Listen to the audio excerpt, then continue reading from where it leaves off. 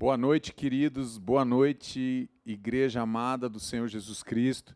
Estamos chegando aqui mais uma sexta-feira e eu quero já de antemão te avisar que essa é a última sexta-feira que nós vamos estar gravando nesse ano de 2021 e para o próximo ano, se Deus quiser, teremos novidades.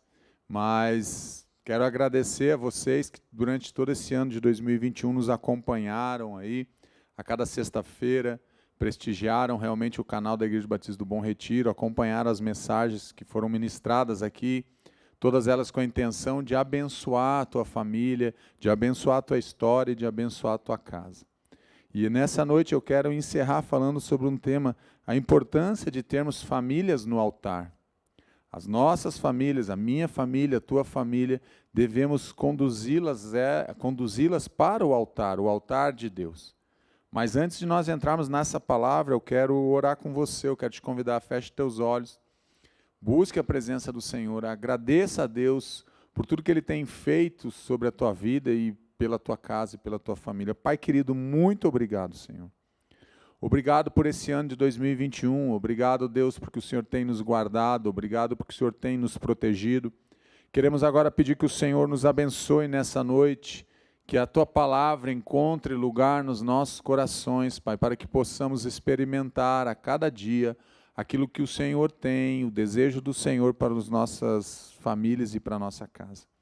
Muito obrigado por esse ano, obrigado por essas ministrações, obrigado, Senhor, porque o Teu Espírito Santo tem nos conduzido durante toda essa caminhada. Abençoe cada casa, abençoe as famílias, aqueles que nos acompanharam, aqueles que ainda vão acompanhar através dessas mensagens, ó Pai. Muito obrigado. Nós oramos assim em nome de Jesus. Amém. Amém? Então vamos para a palavra do Senhor, famílias no altar. Quando nós pensamos em altar, às vezes nós pensamos aqui onde eu estou, uma parte mais elevada, algo mais alto, e a igreja está aqui um pouco abaixo. Quando nós pensamos no altar, nós vamos pensando num lugar que é santificado, num lugar que é separado, num lugar que é santificado pela presença do Espírito Santo. Quando nós transportamos isso depois da nossa igreja, mas quando nós transportamos isso para dentro da nossa casa, para a nossa família, nós entendemos que a nossa família também pode ser algo, não como um altar, mas como algo santificado pelo próprio Deus e pela própria presença dEle. Mas para isso nós precisamos aí sim apresentar a nossa família no altar. Porque no altar de Deus nós vamos ver algumas características do que Deus faz quando nós nos prostramos diante dEle no altar. E é sobre esse tema que eu quero meditar agora nesses próximos minutos com vocês aí. Então coloque teu cinto de segurança, sente firme aí na tua poltrona, na tua cadeira, no teu sofá e vamos ver o que Deus fala, o que a palavra do Senhor nos fala sobre o altar. E eu quero começar com um texto de 1 Reis 18:30, um texto que é bem conhecido no nosso meio, quando Elias vai enfrentar os profetas de Baal e de Azerá. Então Elias disse a todo o povo, aproxime-se de mim. O povo então aproximou-se e Elias reparou o altar do Senhor que estava em ruínas. 1 Reis 18:30. Reparou porque o altar estava o quê? Aquele altar, o altar do Senhor, naquela época, quando Elias vai reparar, ele está o quê? Abandonado.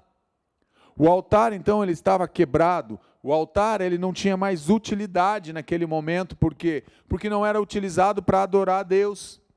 Então, no meio do povo, o que acontece muitas vezes? Há uma infiltração de vários cultos, de várias religiões, de vários deuses, e o povo começa a se voltar para outros deuses, ele começa a se voltar para outro estilo de adoração, mas não mais a adoração ao Deus de Israel, mas a adoração a vários deuses, seja da fertilidade, o sol, a lua, enfim.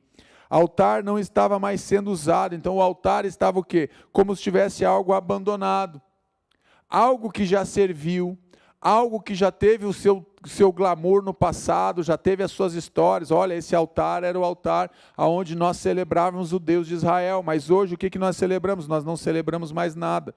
Então o que eu entendo com isso? A minha casa já foi um altar, já foi consagrada, a minha família já foi consagrada, eu já consegui erguer um altar na minha casa. E toda a minha família seguia Jesus, mas hoje eu olho e talvez nem toda a minha família esteja seguindo ao Senhor. Talvez a minha casa não seja mais um altar de adoração para o Senhor. Talvez o altar da minha casa agora esteja em desuso. Porque eu não estou mais consagrando a minha casa, eu não estou mais edificando esse altar ao Senhor. E é isso que está acontecendo agora aqui nesse momento.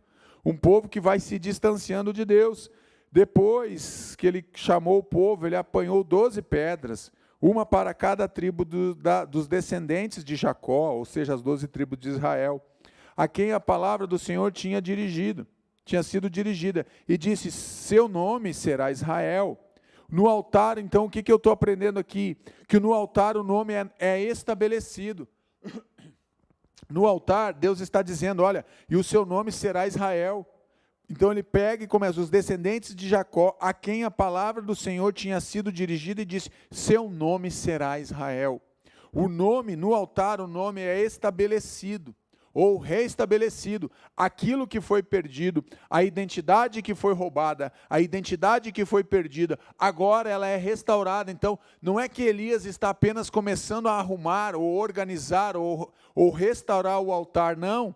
Ele vai restaurar toda a nação. A simbologia de restaurar o altar tem uma simbologia de dizer que está apontando para quem? Para a nação.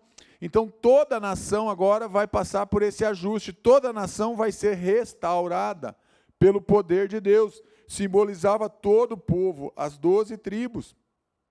Então quando ele pega as 12 pedras, e ele separa aquelas pedras, e ele prepara aquelas pedras, que ele vai fazer aquele ato simbólico de restaurar aquele altar que estava abandonado, ele está apontando para quem? Para as tribos de Israel, ele está apontando para a nação de Israel. Quando nós vamos restaurar o nosso altar, que foi quebrado, que foi abandonado, nós precisamos apontar para Deus. Por quê? Porque nós queremos ser restaurados para cumprirmos a missão de Deus dentro da nossa família. Queremos a restauração da nossa família. Para isso nós precisamos apontar para quem? Para quem é o dono do altar. É isso que Elias vai fazendo. Então ele vai simbolizando aquilo que ele vai fazer, através do fogo do Espírito Santo, que vai descer depois lá para frente, e vai realmente mostrar para o povo que Deus estava ali, naquele lugar, naquele ambiente. Essa história, antes desses versículos 30, 31 em diante, vai relatar o quê? Que os profetas de Baal se cortaram, prepararam o altar, prepararam novilhos dele, gritaram, se cortaram, invocaram, e nada aconteceu durante boa parte do dia, ou a maior parte do dia. E agora quem está fazendo e preparando o altar e preparando o holocausto agora é Elias, que está começando a fazer isso. O texto continua, 1 Reis 18, 32. Com as pedras construiu um altar. Então agora não é só apenas restaurou algo, ele está construindo algo que foi o que? Totalmente danificado, algo que foi totalmente largado. E muitas vezes, quando nós olhamos para a nossa vida, nós precisamos entender que existem coisas dentro de nós que nós precisamos abandonar para construir algo novo. Precisamos limpar o terreno, precisamos arrancar a imundícia, precisamos arrancar o pecado, para quê? Para que possamos construir algo novo. Algo novo dentro de nós. Então, o altar tem que ser reconstruído ou construído dentro do nosso coração, em honra ao nome do Senhor. E cavou ao redor do altar uma valeta com capacidade de 2 medidas de semente. Então ele edificou o altar para quê? Tinha uma finalidade. A finalidade maior que Elias, então, ele vai restaurar ou construir esse altar é para glorificar, ou seja, é para honrar o nome de Deus. Diante de quem? Diante do povo, diante da nação, diante da família. Então, quando Deus faz algo na tua vida, quando Deus reconstrói algo na tua vida, é para você honrar Ele, mas aonde? Dentro da tua família, no meio dos seus, no meio da tua igreja. Às vezes Deus está te honrando no teu trabalho, você precisa honrar Ele lá no teu trabalho, você precisa honrar Deus lá na tua faculdade. E às vezes nós não fazemos isso. Então ele reconstrói o altar, revela ao povo a natureza do altar. Ele está revelando ali para aquele povo, dizendo: olha, é muito importante nós restaurarmos o altar, porque esse altar tem uma finalidade. Nesse altar nós oferecemos algo ao nosso Deus, nós oferecemos o quê? Sacrifícios a Deus. Para o quê? Para o pagamento dos nossos pecados, ou para aplacar a ira de Deus, que se acendia quando o povo pecava, mas principalmente quando o povo se desviava. Era mais do que pecar. A ira de Deus não se acendia apenas porque o povo pecava, não, porque o povo não se arrependia. Porque eles viviam na prática do pecado, e isso acendia a ira de Deus. Então ele reconstrói, mostrando que existe uma natureza para aquele altar, existe um objetivo para aquele altar. Você reconstruir o altar dentro da tua casa tem um objetivo, que é realmente trazer unidade, gerar unidade para a tua família, ou seja, restabelecer os laços dentro da tua casa. Por quê? Porque ele vai mostrar que o altar é santo. Por quê? Porque Deus é santo, santo ao Senhor, ou em honra, um altar em honra ao nome do Senhor, que o Senhor é santo. Precisamos entender isso claramente. Quando falamos de santo, você sabe, está falando de ser algo separado, algo que foi separado para cumprir um propósito, para estabelecer algo que foi dado pelo próprio Deus, ou seja, uma missão para se cumprir. Então nós somos santos, porque nós fomos separados. Quando? Quando nós entregamos a nossa vida aos cuidados de Jesus. Quando nós passamos pelo batismo e nós dissemos, eu morri para o mundo e agora eu sou uma nova criatura em Deus. Uma nova vida, uma nova perspectiva, uma nova ideia, uma nova ideologia, um novo destino, uma nova vontade. Tudo isso vem quando nós temos um encontro no altar com Deus. E é isso que Elias está agora ensinando para o povo de Israel. E o texto continua, 18:33.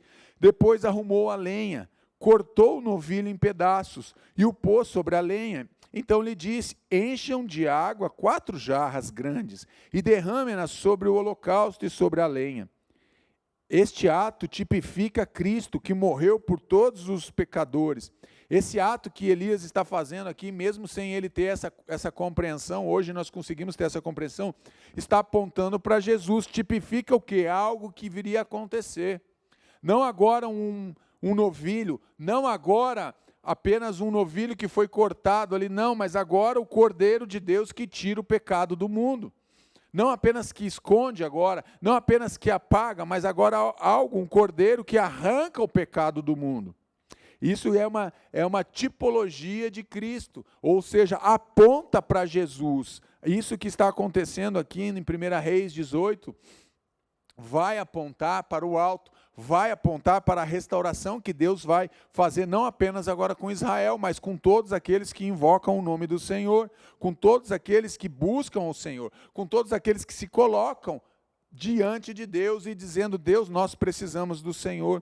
É isso que vai acontecendo aqui nesse texto de 33. E o 34, façam-no novamente. Então ele manda encher os cântaro, manda derramar a água. Lembre-se que naquela época a água era algo escasso, hoje também está escasso. E disse a eles, e o fizeram de novo, façam-no pela terceira vez, ordenou a eles e fizeram pela terceira vez. 3 vezes ali, por que 3 vezes, pastor? Totalidade, algo completo. Ele queria mostrar para o povo de Israel que o que ele estava fazendo, ele só poderia fazer com a concordância de Deus, ou seja, debaixo do poder de Deus. Não é algo que Elias poderia fazer porque ele quis fazer, porque ele apenas desejou fazer, não. É algo que ele recebeu do próprio Deus. Não deixa dúvida para o povo que Deus estava com ele. É isso que ele vai comunicando nesse momento. Que ele está preparando o altar, ele já despedaçou aqui o novilho, já colocou as partes do novilho no altar, e agora ele manda encher toda aquela valeta e todo aquele ambiente com água. Por quê? Porque os profetas de Baal passaram a manhã inteira se cortando e não desceu nada, e nada aconteceu. E agora não apenas ele quer realmente mostrar o poder de Deus, mas ele quer dizer que Deus tem o poder sobre todas as coisas. Deus tem o poder sobre o altar. Deus tem o poder sobre o sacrifício que está no altar, Deus tem o poder sobre a água, Deus tem o poder sobre as pedras, Deus tem o poder sobre todas as coisas que estão envoltos ou estão envolvidos naquele sacrifício, porque Ele é o Deus Todo-Poderoso. Então Ele vai mostrando, através dessas 3 vezes que Ele manda derramar água, Ele está dizendo, é algo completo, é uma totalidade, é algo que não tem espaço para vocês duvidarem. Nenhum outro Deus conseguiu e nenhum outro Deus vai fazer isso, somente o nosso Deus, que tem o poder sobre os elementos, tem o poder sobre o fogo, tem o poder sobre as águas. Só o nosso Deus, que tem todo o poder e toda a autoridade, poderia fazer algo semelhante a isso. E o verso 35 e 36 do texto continua dizendo: a água escorria do altar, chegando a encher a valeta. Olha só, ele foi derramado sobre o altar, sobre todo o altar, e ela escorria do altar. Não é que ele botou um pouquinho da água, não, meus irmãos. Ele derramou água valendo. Ele foi firme, derramou muita água sobre todo aquele... Ele ensopou o altar. Então não é que teve ali uns pinguinhos d'água, não. Ele ensopou bastante aquele altar, para mostrar a grandeza do poder de Deus, a hora do sacrifício. O profeta Elias colocou-se à frente e orou. Depois que ele faz tudo isso, qual é a atitude dele? Ele vai diante de Deus e ora: ó Senhor Deus de Abraão, Deus de Isaque, Deus de Israel, que hoje fique conhecido que tu és Deus em Israel, e que eu sou teu servo, e que fiz todas essas coisas por ordem tua. Olha só, que homem inteligente. Então, Deus instrui Elias como ele deveria proceder. Então não veio da cabeça de Elias, tudo aquilo que ele fez, mandou molhar, jogar muita água, reconstruir o altar, colocar o novilho, colocar a lenha, colocar as pedras, encharcar com água, tudo isso ele recebeu de quem? De Deus. E agora ele vai e ele invoca o quê? O Deus triuno, o Deus, a Trindade. Ele invoca o próprio Deus, o Deus Pai, o Deus Filho, o Deus Espírito, através de quem? O Deus de Abraão, o Deus de Isaque, o Deus de Jacó. Ou seja, ele vai no Deus das gerações. Ele diz: eu sei o que o Senhor fez através de Abraão, eu sei o que o Senhor fez através de Isaque, eu sei que o Senhor levantou da geração de Jacó as 12 tribos de Israel. E eu sei o que o Senhor vai fazer hoje, o que o Senhor vai fazer agora, diante desse povo, diante desses olhares. O que eu quero te dizer com isso? Deus quer fazer algo na tua família, Deus quer fazer algo que todo mundo veja, que todo mundo aponte para a tua casa, que as pessoas apontem para a tua família e digam: Deus está com aquela família, porque Deus vai dar a instrução daquilo que Ele deseja fazer para você, mas Ele faz isso com quem? Com quem é íntimo dEle. Amém? Então Deus vai instruir Elias como ele deveria proceder. É isso que está acontecendo aqui.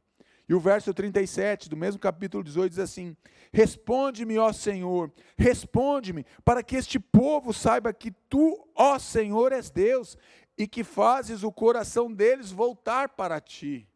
Olha só, responde-me. Ele fala de novo: responde-me, Senhor, para que este povo saiba que tu és o Deus, que tu és o Senhor, que tu és o único, que tu és inigualável, que tu és incomparável.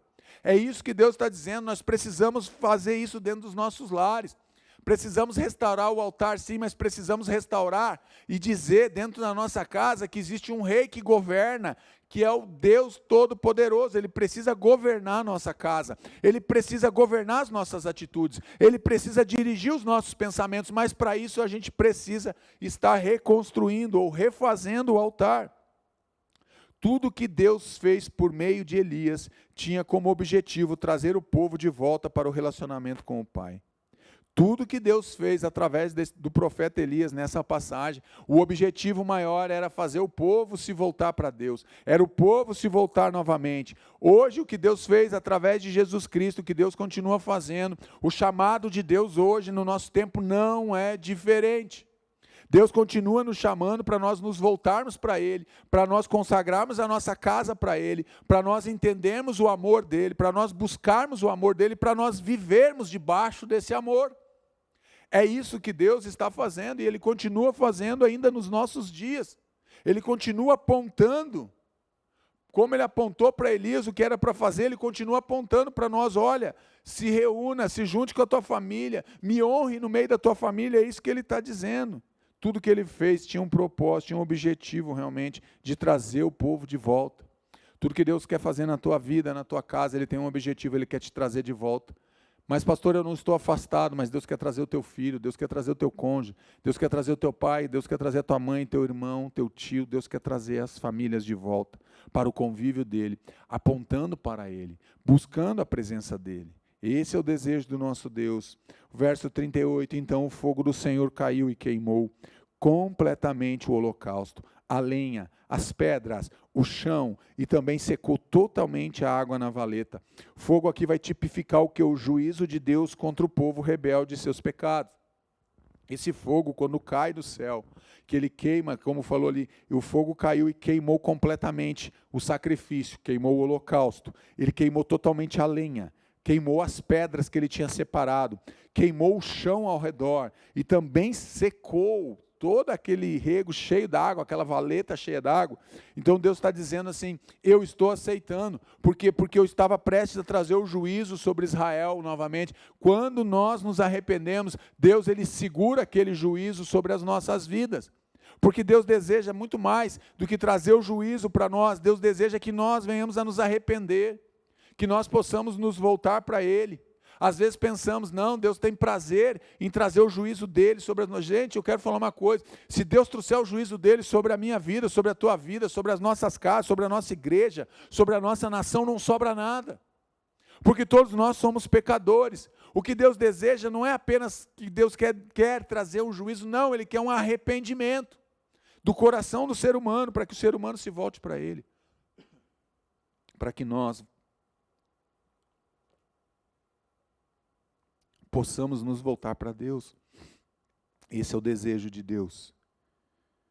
E o 39, 1 Reis 18, 39, quando o povo viu isso, todos caíram prostrados e gritaram, o Senhor é Deus, o Senhor é Deus, o Senhor é Deus. O povo então aqui agora ele se rende ao Senhor, ele vê a glória, a majestade do Senhor sendo liberada através daquele fogo que desce e acaba com todo aquele altar, acaba com aquele holocausto, pega todo aquele sacrifício, lambe toda a água que estava na valeta, queima as pedras, queima o chão, queima a lenha. Então o povo vai se render ao Senhor, porque ele vê algo palpável, porque ele vê algo do sobrenatural de Deus acontecendo ali naquele momento.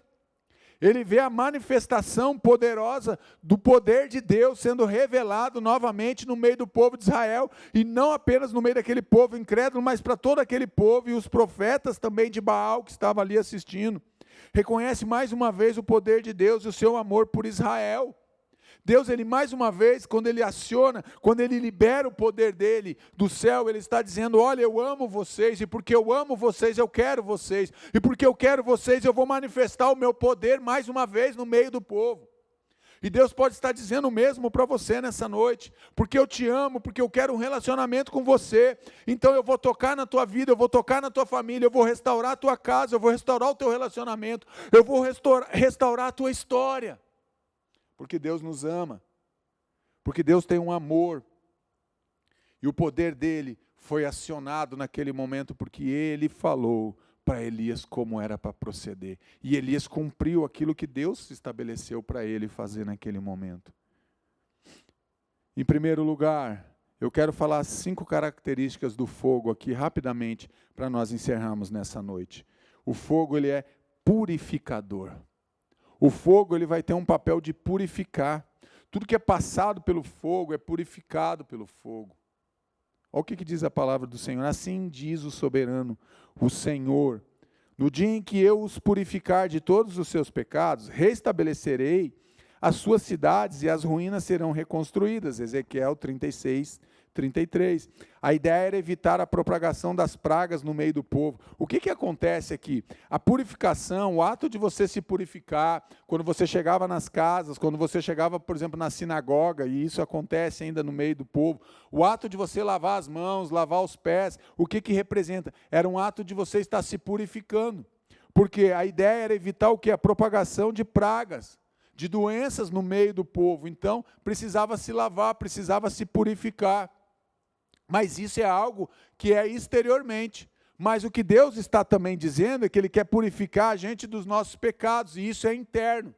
Por quê? Porque eu não posso dimensionar se Deus está te queimando os teus pecados através do Espírito Santo de Deus. Eu não sei como chegar diante de você e dizer, Deus te santificou, Deus te purificou. Não, isso é uma experiência tua com Deus. Eu posso falar da minha experiência com Deus, daquilo que Deus está purificando na minha vida, ou aquilo que Ele está arrancando, que são os meus pecados. Mas eu não tenho como saber com você, porque é algo individual. Vai refletir no coletivo, mas é algo individual, é algo que cada um precisa buscar em Deus. Essa purificação. Então o fogo vem para purificar as nossas vidas, para purificar a nossa mente, o nosso corpo, a nossa alma, vem para nos limpar. Então o fogo do Senhor caiu e queimou. Fogo purifica toda impureza. Então o fogo do Senhor caiu e queimou completamente o holocausto, lenha, pedras, chão e água. Você entendeu? O fogo vem para purificar toda a impureza. Tudo aquilo que estava em volta do altar, tudo aquilo que não podia estar ali ou que não deveria mais estar ali, que podia representar algum ato de impureza para o povo, Deus vem e queima. O que Deus está fazendo nessa noite? Ele quer queimar todas as impurezas do teu coração, através desse fogo purificador, para que você não fique com nenhuma impureza, para que o inimigo não tenha do que te acusar, para que o inimigo não tenha vantagem sobre a tua vida e sobre a minha vida, porque ele é o nosso acusador, então ele gosta muito de nos acusar, mas ele perde força de acusação, ele perde poder de acusação quando? Quando nós confessamos os nossos pecados, quando nós passamos pelo fogo purificador. É isso que o texto vai dizer. Então, Deus ele quer arrancar todas as impurezas. Deus não pode deixar nada, Deus não quer deixar nenhuma impureza. E para isso eu e você não podemos esconder nada de Deus. Não podemos ter um quartinho secreto dentro da nossa alma, dentro do nosso coração, coisas que nós escondemos, coisas que nós ocultamos, pecado que nós muitas vezes alisamos, pecados que nós temos que muitas vezes continuamos a praticar, mas ninguém sabe, ninguém vê, mas Deus sabe, Deus vê. Porque Deus sabe todas as coisas. O fogo tem esse papel de ser purificador. Deus quer purificar toda a impureza, para que o altar esteja completamente limpo. Deus quer purificar todas as impurezas.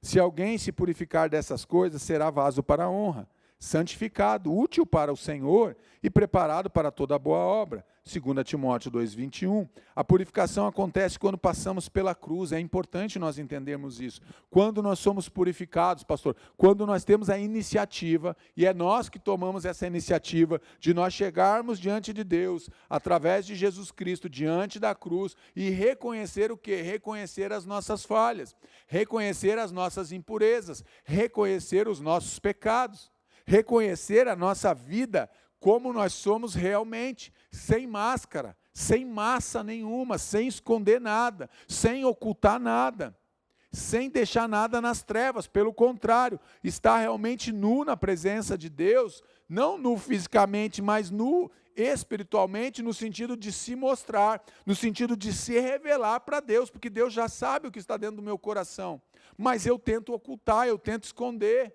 Parece um malabarista que fica ali tentando esconder as coisas, ocultando aquilo que está acontecendo para não deixar cair, para que as pessoas não vejam. Você não tem que se preocupar com os outros, se preocupe com o que Deus está vendo de você. Somos purificados do que? Da corrupção, porque nós nos corrompemos com o pecado. Essa é a verdade. Então, do que nós somos purificados, pastor? Da corrupção que está muitas vezes dentro de nós, que está e habita no meio de nós e muitas vezes habita dentro do nosso coração, porque nós, de uma forma geral, nós somos corruptos. O ser humano tem essa tendência, tem essa facilidade de caminhar em favor, em direção da corrupção, em direção das facilidades, em direção das coisas que muitas vezes não são tão corretas. Eu não estou generalizando aqui, eu não estou dizendo que todo mundo é assim.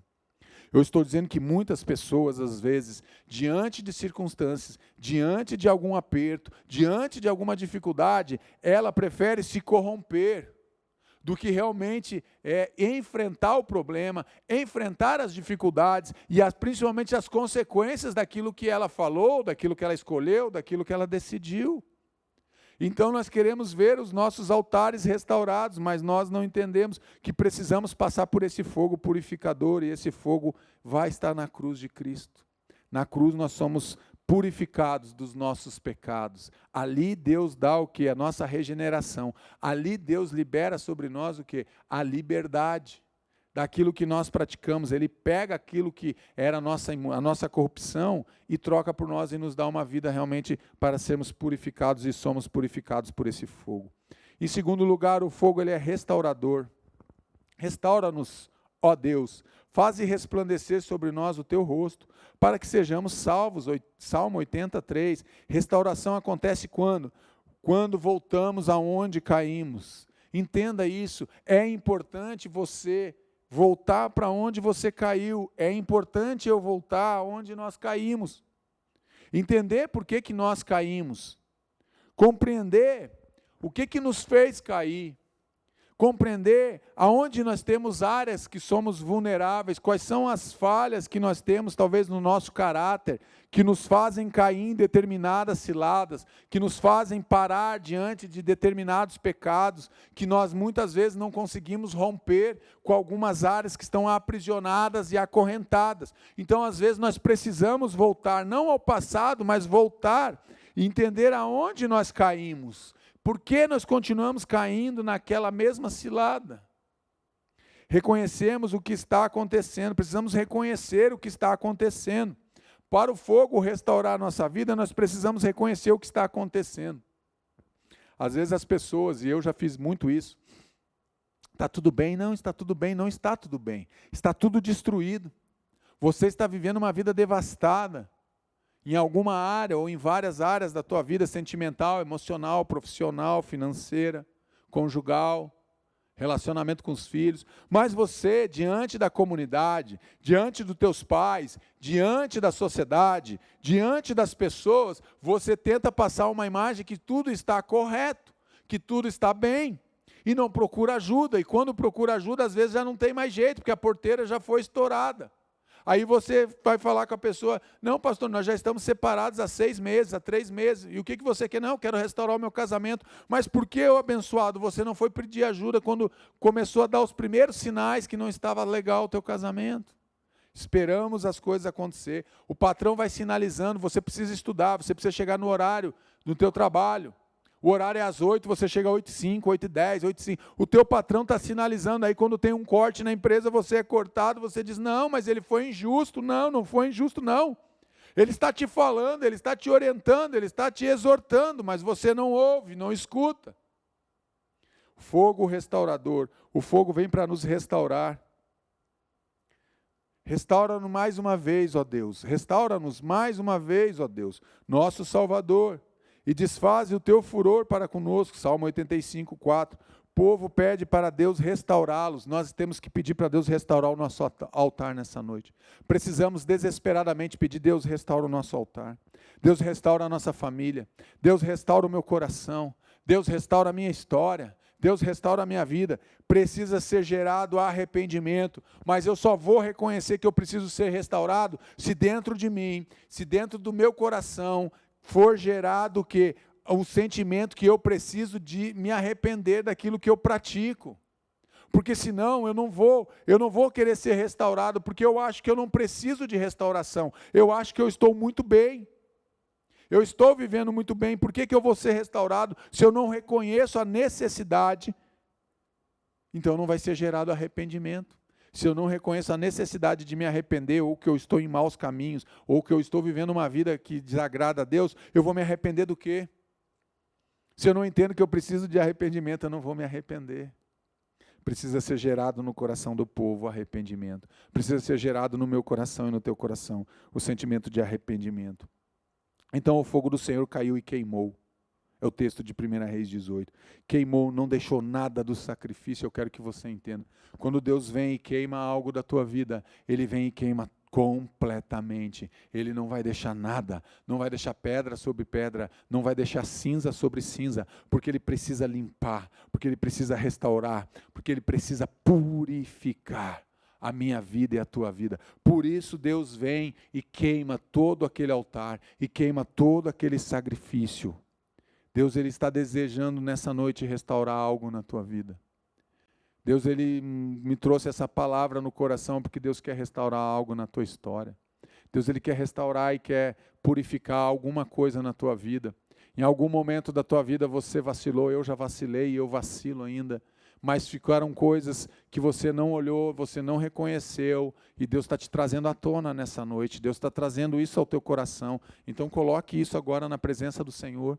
Ore, diga, Senhor, gere arrependimento no meu coração por causa desse pecado, por causa dessa atitude, por causa desse comportamento. E eu apresento isso agora aos pés da cruz, pelo fogo purificador, pelo fogo restaurador. Deus, Ele está restaurando corações nessa noite, Ele está restaurando famílias. Em terceiro lugar, o fogo transforma. O fogo, ele nos transforma. Olha o que diz a palavra do Senhor em Romanos. E não vos conformeis com este mundo, mas transformai-vos pela renovação da vossa mente, do vosso entendimento, para que experimenteis qual seja a boa, agradável e perfeita vontade de Deus. Romanos 12:2, aqui Paulo está falando. Nossos pensamentos não podem ser apenas terrenos. O que acontece? Por que ele fala que nós devemos ser transformados pela renovação da nossa mente? Porque a nossa mente, muitas vezes, ela vai conseguir pensar, ou nós capturamos as imagens desse mundo. Nós conseguimos capturar na nossa mente as imagens terrenas daquilo que nós vivemos, ou das experiências que nós vivemos, tanto as experiências boas quanto as ruins, as experiências que nos marcam, tanto positivamente quanto negativamente. Então, nós muitas vezes, a nossa mente vai acessar qual? Essas imagens. Então, nós precisamos renovar a nossa mente, para que a nossa mente não esteja mais presa a esse mundo, apenas as coisas terrenas, mas para que a nossa mente se ocupe com as coisas que são espirituais, as coisas que são eternas, que virão depois, que já estão acontecendo no mundo espiritual, mas ainda não se materializaram aqui, talvez na minha vida e na tua vida, mas que no mundo espiritual Deus já liberou. E nós, então, precisamos ter a nossa mente sendo o quê? Transformada. É fácil, pastor? Não é fácil. Porque ficamos com as impressões desse mundo, ficamos com as impressões do que está acontecendo, do momento em que nós estamos vivendo. E essas impressões, elas ficam muitas vezes muito intensas dentro de nós, dentro de mim, dentro de você, porque nós ficamos marcados por aquelas impressões, então ficamos presos, a nossa mente fica como aprisionada, e nós paramos e olhamos apenas para as coisas ao nosso redor, olhamos apenas para as coisas terrenas, e nos esquecemos que existe algo a mais, que existe a eternidade, que existe um Deus que nos ama, que está na eternidade, mas antes de estar na eternidade, Deus também está aqui, está comigo, está aí na tua casa com você. E quer te transformar, e quer transformar a tua mente, e quer transformar o teu coração. Então o fogo do Senhor caiu, queimou completamente o holocausto. Tudo foi transformado pela presença do fogo de Deus. Eu quero que você entenda isso. Compreenda que tudo foi transformado ali naquele altar que Elias preparou. Tudo foi modificado, depois que Elias preparou o altar, botou tudo em ordem, quando o fogo caiu, o fogo queimou tudo, completamente, o holocausto, lenha, pedras, água, não sobrou nada, queimou o chão. Quer dizer que tudo foi transformado pela presença do Espírito Santo de Deus, tudo foi transformado pelo fogo de Deus. O que eu quero te dizer com isso? Que Deus vai transformar tudo na tua vida. Deus, Ele está transformando coisas agora nesse exato momento na tua vida. Ele está transformando coisas agora no teu coração e na tua mente. Objetos que antes você valorizava, momentos que você dava valor, agora Deus está dizendo isso não é o mais importante. O mais importante é estar em comunhão comigo, o mais importante é você cuidar da tua família. Deus está falando isso agora. Deus, Ele está gerando, e conforme Ele gera, Ele vai transformando aquilo que Ele vai gerando dentro de nós, vai gerando o que? Transformação. E Deus, Ele vai nos transformando, e essa transformação é para que nós possamos cada dia melhorar como pessoas, para que nós possamos nos tornar o quê? Mais semelhantes a Cristo. Porque nós precisamos apontar para o Mestre, nós precisamos apontar para Jesus, então nós precisamos ser transformados, porque a transformação nos aproxima de Deus, porque quando eu sou transformado, eu vou me aproximando de Jesus, porque quando você é transformado, você vai se aproximando de Jesus. E a tua família vê essa transformação, e vê você mais perto de Jesus, a tua família também quer ser transformada. Por que a nossa família não quer viver essa transformação? Porque ele não vê em nós, às vezes, a transformação de Deus. Nada foi transformado. Durante esse ano de 2021, você começou de um jeito em janeiro, está chegando em dezembro do mesmo jeito. Você continuou tendo as mesmas atitudes, o mesmo comportamento, as mesmas grosserias, o mesmo palavreado. E nada mudou, não vai mudar, porque você não está deixando ser gerado em você algo novo, algo transformador da graça e do poder de Deus. Amém? Não estou bravo não, só estou empolgado. Você já me conhece, já sabe que eu me empolgo. Em quarto lugar, o fogo da santificação, porque Deus nos escolheu nele antes da criação do mundo, para sermos santos e irrepreensíveis em sua presença. Por que Deus deseja que nós sejamos santos? Por que Deus quer que nós possamos estar buscando sempre a santificação? Porque Ele é santo. E Ele vai se relacionar conosco conforme a medida que nós vamos nos santificando, Ele vai se revelando e Ele vai se relacionando conosco.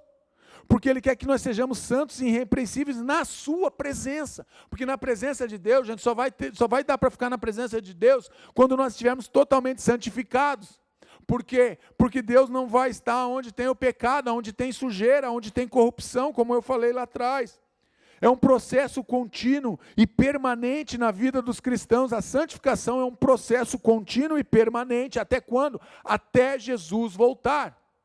Pode ser amanhã, pode ser daqui 100 anos, pode ser daqui 1000 anos, até Jesus voltar para nos buscar, para buscar a sua noiva, para buscar a sua igreja. E aí sim nós seremos plenos lá no céu, lá na eternidade com Deus nós seremos plenos. E aí sim nós estaremos vivendo uma vida de santidade, de santificação completa. Mas enquanto nós estamos aqui, nós devemos buscar a santidade, devemos buscar a santificação. Deus nos chama para vivermos em santidade, entenda isso. Deus, Ele te chama e me chama para nós vivermos em santidade. Então essa santidade, ela precisa ser buscada sim, mas ela precisa ser impulsionada dentro do meu coração.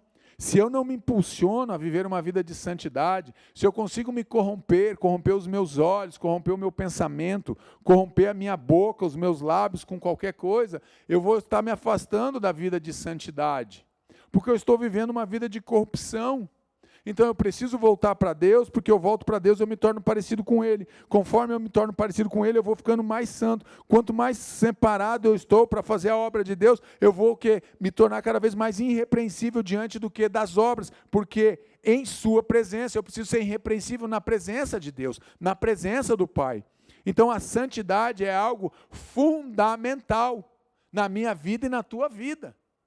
Não tem como nós agradarmos a Deus se nós não buscarmos viver uma vida de santidade, uma vida de integridade na presença do Senhor. Deus nos chama para viver em santidade. Esforcem-se para viver em paz com todos e para serem santos. Sem santidade ninguém verá o Senhor. Está vendo o complemento do outro texto? Esforcem-se para viver em paz. Do que depender de nós, nós devemos viver em paz com todos. E para serem santos, então ele está falando a mesma palavra, esforcem-se para viver em paz, esforcem-se para viver em santidade. Por quê? Porque sem a santidade ninguém verá a Deus. Então o que eu entendo aqui? Se eu não me esforçar para viver em santidade, o pecado vai me engolir. E ele nos engole fácil. Ele vai me engolir, ele vai te engolir. Então eu preciso me esforçar para viver em santidade. Eu já aceitei Jesus, Jesus já está morando no meu coração, Jesus já está guiando meus passos, o Espírito Santo agora está na minha vida, mas eu preciso fazer o quê, pastor? Eu preciso me esforçar para viver em santidade, para estar apontando sempre para Cristo. Santidade é possível buscar e viver na graça de Cristo. Eu só consigo viver e buscar essa santidade para mim viver debaixo do quê? Da direção de Cristo, ou seja, debaixo da graça de Cristo. Senão ela se torna algo praticamente impossível. Por mais que eu tenha um bom coração, por mais que eu tenha uma boa intenção, por mais que eu tenha um bom desejo, eu tenho um desejo de ser santo, as coisas do tempo, do dia a dia, vão nos tragar, elas vão nos engolir. O pecado, mais cedo ou mais tarde, ele bate na minha porta, ele bate no meu coração, e ele aponta para mim algo que eu desejo, algo que eu quero, e ali eu vejo pela cobiça dos olhos, por aquilo, eu sou atraído por aquilo, eu sou atraído pelo pecado, você muitas vezes é atraído pelo pecado. Você está entendendo? Então a santidade, ela é possível de buscar e viver na graça de Jesus. É a graça que vai me sustentar. É a graça de Jesus que vai me dar condições de vencer e de buscar uma vida de santidade, uma vida acima dessa média, uma vida acima desse padrão mundano que nós estamos vivendo, não me corrompendo com o mundo, mas vivendo uma vida que aponte para o alto, aonde eu quero sempre crescer um pouco mais. E aqui eu não estou falando de estatura, eu estou falando realmente de uma vida de santidade na presença do Senhor. E por fim, e por último, quinto lugar, o homem produz o sacrifício. Entenda, quem produziu o sacrifício foi Elias, não foi Deus. Deus, ele mandou o fogo. Mas quem produziu, quem preparou o altar, quem restaurou o que estava quebrado, quem foi e cortou a lenha, quem foi e trouxe a água, quem foi e despedaçou o novilho e colocou o novilho em partes no altar, foi o homem, foi Elias e os seus ajudantes. E a mesma coisa continua valendo até hoje. O homem produz o sacrifício, quem vai produzir o sacrifício somos nós. Depois arrumou a lenha, cortou o novilho em pedaços e o pôs sobre a lenha. Quem preparou o sacrifício foi Elias. Quem prepara o sacrifício é o Marcos. Quem prepara o sacrifício é a Maria, é o José, é o Pedro, é a Ana, é o João, é o Maurício. Quem prepara o sacrifício sou eu e você. Olha o que o texto diz: o fogo só desceu depois que o altar e o sacrifício estavam preparados. O fogo de Deus só vai descer quando no teu coração for gerado o arrependimento, porque daí Deus vai dizer: agora eu posso santificar, agora eu posso purificar, agora eu posso restaurar, porque Ele se inclinou para mim, Ele está me buscando. Foi isso que Elias fez. Depois que ele prepara tudo, ele ora a Deus, ele diz: Deus, eu fiz a minha parte, agora o Senhor precisa fazer a sua parte. A sua parte é descer com fogo, Deus, porque eu não tenho fogo, eu não sou o fogo, mas o Senhor é o fogo, o Senhor responde com o fogo. Então Elias preparou tudo o que precisava, e quando tudo estava preparado, e quando tudo estava pronto, então o fogo desceu, e queimou todo o holocausto, e queimou aquele altar, e queimou aquelas pedras, e queimou aquela água, e queimou aquele chão, e queimou todas as coisas. Então quem produz o sacrifício é você. O que Deus está dizendo com isso? Ele está dizendo: Marcos, você tem que ser o sacrifício, incline o teu coração, seja o sacrifício que eu estou buscando, para que eu possa te santificar, te purificar, te restaurar. Nessa noite é isso que Deus quer fazer, é isso que Deus está apontando para nós nessa noite. O fogo só vai descer, só vai queimar no altar o sacrifício depois que tudo estiver preparado. E a pergunta que eu quero te fazer: o teu altar está preparado nessa noite? Você já arrumou as pedras, já arrumou a lenha, você já arrumou o sacrifício, você já preparou a água, você já preparou o altar? Para que haja manifestação do fogo, o altar precisa estar preparado. Vamos preparar o nosso altar. Depois arrumou a lenha, cortou o novilho em pedaços. Devemos preparar o sacrifício. Depois do sacrifício preparado, Deus responde.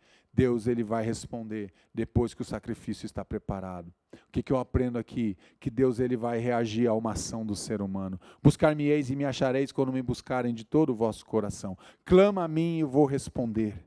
Deus, Ele vai reagir, Ele sempre reage a uma ação nossa. Quando nós preparamos tudo, quando nós deixamos preparado e dizemos: Deus, agora é o Senhor, se manifesta, vem, Senhor, transforma, restaura, cura, liberta, salva, Senhor. Então o fogo de Deus desceu e queimou o holocausto. Então o fogo de Deus desce e te liberta, e te cura, e te restaura, e te transforma, e te leva para lugares que Ele deseja realmente construir com você e através de você.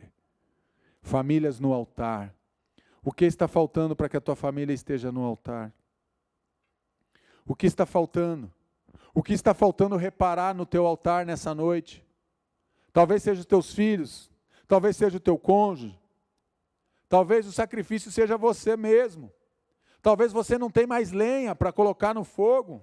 Vai queimar o quê, pastor? Se eu não tenho mais lenha, eu estou apagado, eu estou fora da igreja, eu estou fora dos caminhos do Senhor. Volte. Restaure o teu altar nessa noite, restaure a tua casa, o altar da tua casa, para que o fogo do céu desça e consuma todos esses pecados, consuma toda essa impureza, para que você possa viver santificado, curado, liberto e restaurado. Famílias no altar precisa ser purificado, precisa ser restaurado, transformado, santificada na palavra. Você vai produzir o sacrifício. Essa noite é você que tem que produzir o sacrifício, meu irmão. Produza o sacrifício para que Deus possa responder com fogo. Vamos ofertar nossa família no altar de Deus. Esse momento eu quero te convidar. Feche teus olhos aí, vamos ofertar nossa família agora no altar do Senhor. Famílias no altar. Essa foi a mensagem que Deus me deu para encerrar esse ano no culto da sexta-feira com você. Famílias no altar. O que está faltando na tua casa? O que está faltando no teu altar? Talvez você só não tenha agora o sacrifício. Diga: Deus, eu sou o sacrifício, eu coloco o meu coração para me sacrificar pela minha família, pela história, daquilo que o Senhor tem para construir através de mim. Diga para Deus. Às vezes você está procurando um sacrifício ao lado. Você pensa que o teu sacrifício é o teu cônjuge, é o teu filho, é a tua mãe e teu pai. E Deus está dizendo, você é o sacrifício. É você que eu quero usar. É você que eu quero usar para alcançar essas pessoas. E você está olhando dizendo, Deus, mas ache outro sacrifício. Famílias no altar. Feche teus olhos e vamos orar. Senhor nosso Deus e nosso Pai. Muito obrigado, Pai, por esse tempo. Obrigado pela Tua palavra nessa noite, Pai. Como a Tua palavra é poderosa, como a Tua palavra transforma vidas, como a Tua palavra transforma destinos e corações. Obrigado, Deus, porque podemos entender e desejar nessa noite colocar nossa família no altar do Senhor. Nós queremos apresentar, Pai. Então, Pai, vem agora com o Teu Espírito Santo e nos ajude a organizar todo o altar. Tudo aquilo que foi quebrado, abandonado, Pai, no altar, que seja restabelecido agora o altar, as pedras, a lenha, o sacrifício, a água, para que tudo quando esteja pronto, Pai, o fogo do Senhor possa descer agora do céu e possa incendiar os nossos corações e possa queimar todas as impurezas, possa queimar agora todos os pecados, toda divisão, toda separação, toda contenda, toda briga, toda loucura, Pai, em nome de Jesus, tudo aquilo que vem para quebrar o altar, Pai, nós lançamos agora sobre os pés da cruz, Pai, em nome de Jesus. Pai, abençoa as famílias que nos acompanharam durante todo esse ano de 2021. Que o Senhor abençoe, que o Senhor restaure agora os altares, agora nas suas casas. Que essas famílias sejam curadas, transformadas, libertas pelo poder do Evangelho, pelo poder de Jesus, pelo poder da cruz. Que essas famílias tenham um final de ano na presença do Senhor. Tenham um Natal e um ano novo cheio da graça, cheio do amor, cheio da restauração do Senhor. Eu quero abençoar essas casas, eu quero abençoar essas famílias. Eu quero liberar uma palavra, Pai, sobre essas casas, ó Pai, sobre essas famílias, de bênção do Senhor sobre 2022, Pai, que já está à porta aí para entrar. Que a bênção do Senhor esteja sobre cada casa, sobre cada família, sobre cada história. Que os teus filhos possam viver o melhor ano da vida deles com a sua família e com a sua casa. E que as famílias estejam agora se colocando no altar do Senhor, Pai, para que o Senhor possa responder com o fogo da purificação nessa noite. Eu abençoo os teus filhos, Pai, em nome de Jesus e para a glória de Jesus. Amém, amém e amém. Deus te abençoe, muito obrigado por você ter nos acompanhado durante todo esse ano, e agora teremos um recesso agora, no culto da sexta-feira, nesse culto que é feito especialmente para você que está distante, você que está nas casas, você que nos acompanha pelo canal do YouTube da igreja. Deus te abençoe. As nossas atividades não param aqui presenciais e nem pelo canal do YouTube. No sábado temos o Hire, no domingo temos os cultos às 10 e às 19. Então venha participar, na quarta-feira temos o Quarta Fire e teremos grandes novidades para 2022. Que Deus te abençoe. E agora, que o amor de Deus, o nosso Pai, a graça restauradora de Jesus Cristo e as consolações do Espírito Santo de Deus sejam sobre tua vida, sobre tua casa, sobre a tua família, em nome de Jesus. Amém. Amém. Deus te abençoe.